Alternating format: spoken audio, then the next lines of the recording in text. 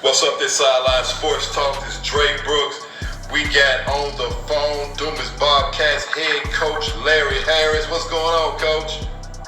Everything's going good, man. How about you? Man, everything's great, man. I'm blessed.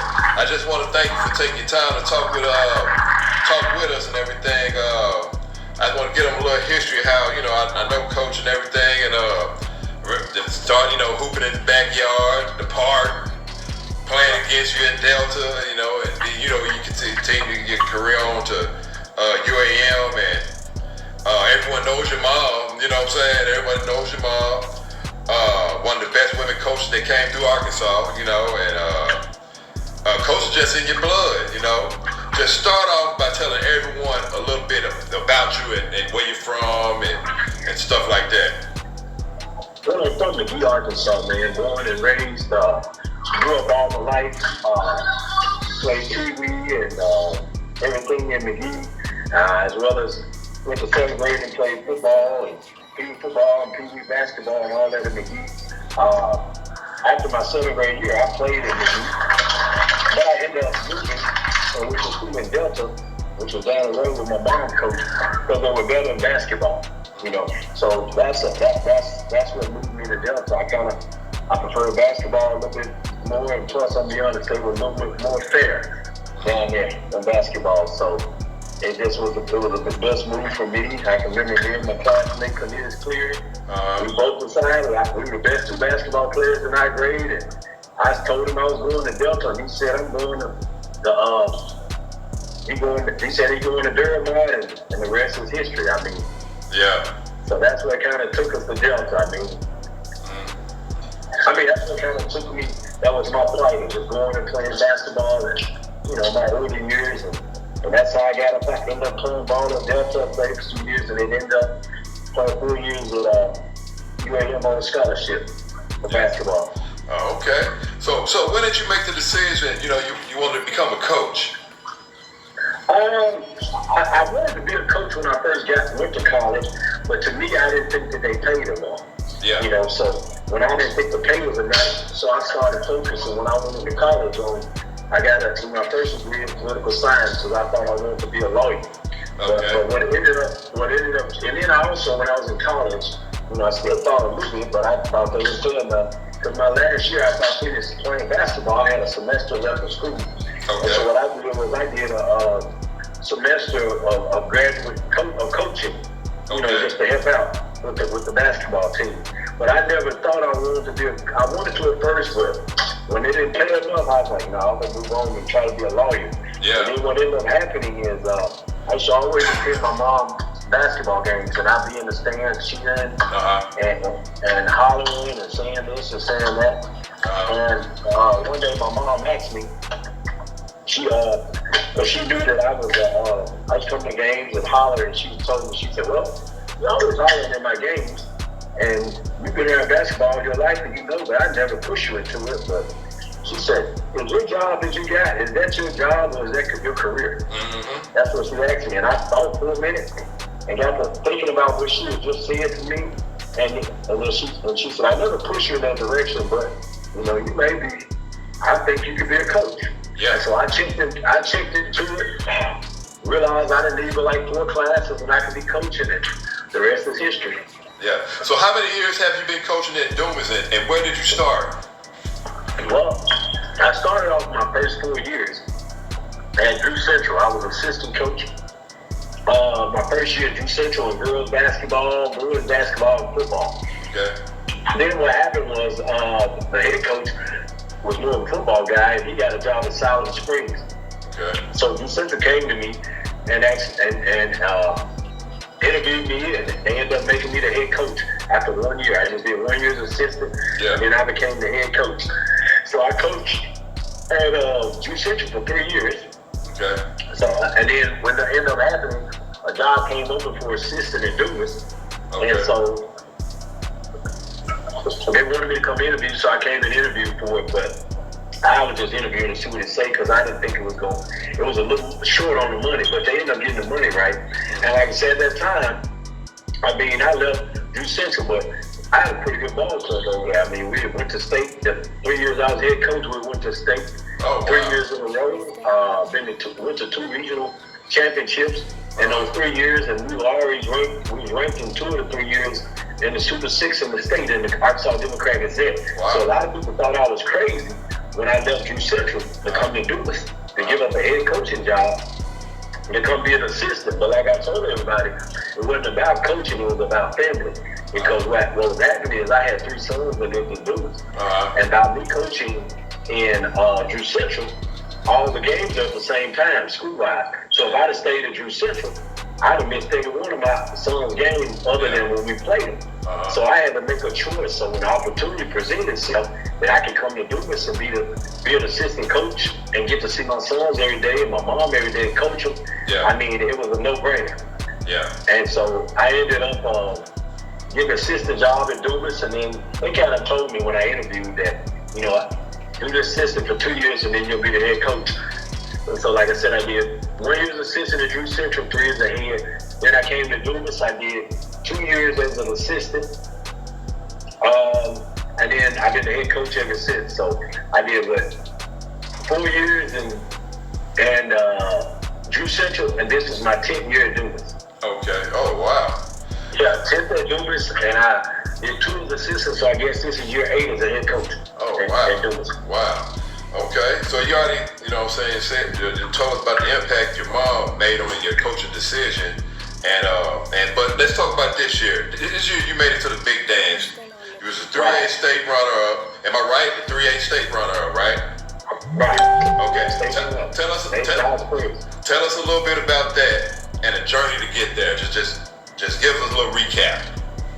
Well, I mean, it had been a long time coming. I'll be honest with you. We've been right in the mix the last 3 years. I mean, we went to the semis. My son's senior year, then the next year, we thought we had a chance to win it when my son was a senior. And next year, I thought we had a chance to win it again. But what happened? We lost in the regionals, and so did Osceola. So we both met in the first round of the state tournament, and they ended up beating us in overtime. And even announcers were saying, "This is the state championship game right here." And so then when we came back this year, I mean, there was a lot of uncertainty because we had 2 starters coming back.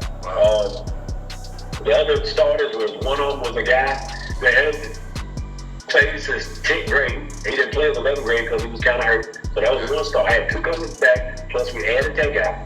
Okay. One of our other starters, he had tore his ACL as a 9th grader, so he only played 1 game. So he missed the whole year. So he played. That was uncertainty. Then I had another starter who was straight out of junior high. A projected starter I could have had. He was ineligible, so we didn't get him back to January. And the guy that would have started for it, he moved to Benton, you know. And then another guy that started for it and came off the bench, he was off an ACL injury. So there was a lot of uncertainty, certainly, coming into the season. You know, but I knew they had a hard-working group. They listened. They got along great team camaraderie, and they played great team defense. And they played great as a unit. And so, you know, I'll be honest, I thought that my first, the year we went to the semis with my son, I thought we were more talented overall. But, you know, sometimes hard work, you know, beats talent when talent don't work hard. I'm not saying they didn't work hard. I'm just saying this team, we just played hard. And so it was a tough journey, man. I mean, we came out beginning of the year, preseason #1 all year. So it was a target on our back all year. We finished 28-4 the year.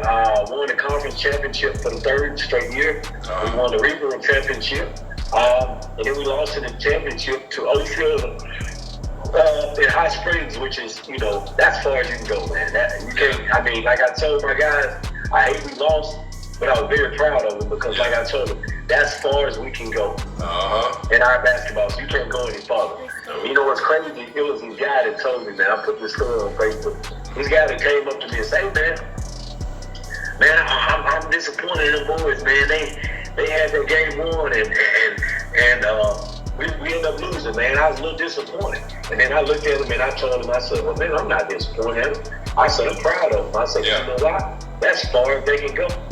In basketball, I said, not only am I proud of them, I'm proud of myself. Because that's as far as we can go.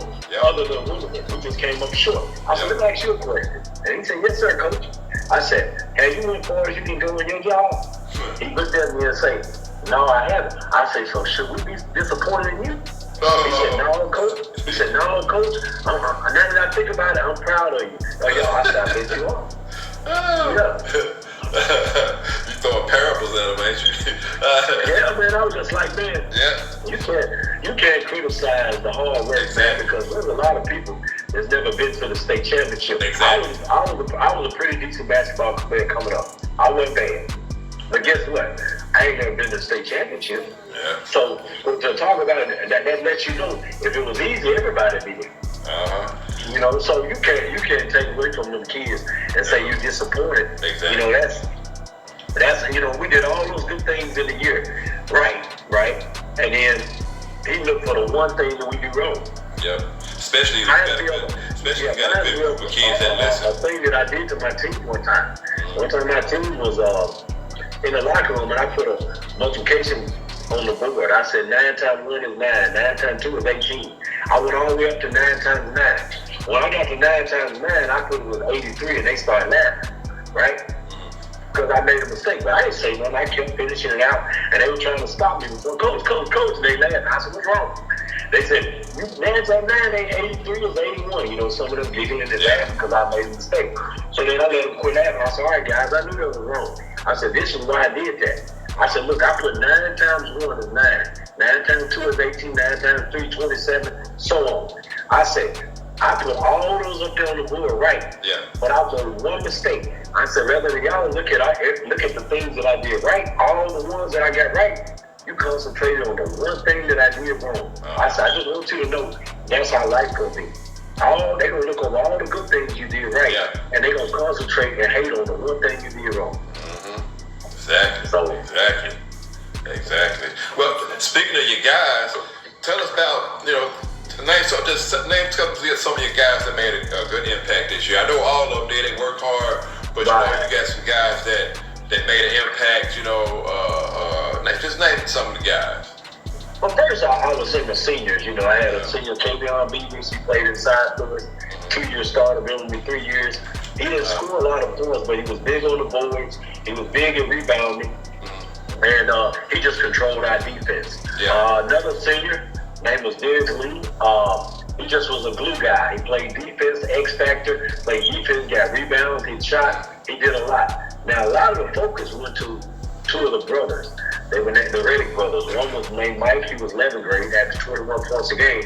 And then he had been with me 3 years because he moved up in 9th grade. Okay. And then another one is his brother, who was a sophomore named Tommy Reddick. He averaged 14 points a game. So they got the brunt of all the publicity because both of them was all conference, all state tournament team. We actually got to go to a banquet tomorrow for those 2 because what they do is they pick a top 5 in the state in each classification from 6A, 5A, 4A. Each classification they pick the top 5 players of the state, right?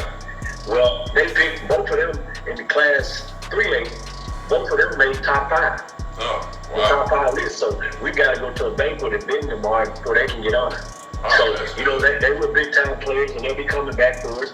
But they're sophomore and a junior, but next year they'll be a senior and a junior. So to have 2 guys that are first team all conference, all state pedigree team, and they made the top 5 ARBCA top 5 team in the state, that's a huge contribution for them coming back. Plus I had a guy named Joseph Jones, who was a sophomore that played inside. It was big all year. I mean, and who else? Braylon Haynes, guard, that came off the bench, played solid D, helped us in the regional, started the last 7 down the stretch. The Reddick's younger brother, Billy Reddick, who came off the bench and provided us with some big time minutes in the regionals and in the state. And then last but not least, we had another senior, Monet Bowles, who played some solid defense. So, we had a lot of guys that contributed to this run, it takes all of us. Yeah. Do you have anybody returning? Any returning starters? Oh yeah, I'll be honest with you. Out of the team that started from in the state championship, I started a senior, 2 juniors, and 2 sophomores. And then my first ones off the bench was a senior, a freshman, and a junior. So basically, we got 4 starters. There was 4 starters coming back from that state championship run team. Wow. Wow. So hopefully we'll get back to it and make some noise and make a big run. But like everybody always says, man, it don't matter that you got the same team coming back. You're not always guaranteed to make it right back, you know. Yeah. Well, y'all might be a guarantee. And speaking of your son, Chris, he played for the Razorbacks, man, and everybody, you know, that's down that way, you know Chris. And as a parent, as a coach, how was the decision, you know, from being a parent and a coach, and at the same time having him making this decision to choose the right place? Oh, well, you know, I mean, I ain't gonna lie, I left it strictly up to him, man. He had some other offers where he could have went here and there, but man, he really wanted to be a Razorback. You know, so a lot of kids grow up in our state, and that's a dream. And so, you know, I've always taught my kids, you know, sky's the limit. Follow your dream. You can be whatever it is that you want to. Don't listen at what nobody says, because, you know, there's going to be a lot of people to criticize you and say this and say that. So I told him, you don't listen to the naysayers. You follow your dream. The sky's the limit. You can be whatever it is that you want to be. Exactly. And he's up there working hard, too. I see a couple videos. He works hard, man. He's training and like lifting weights. The biggest, he's strong. He's been up there getting himself together, getting the education. That's the most important thing, man.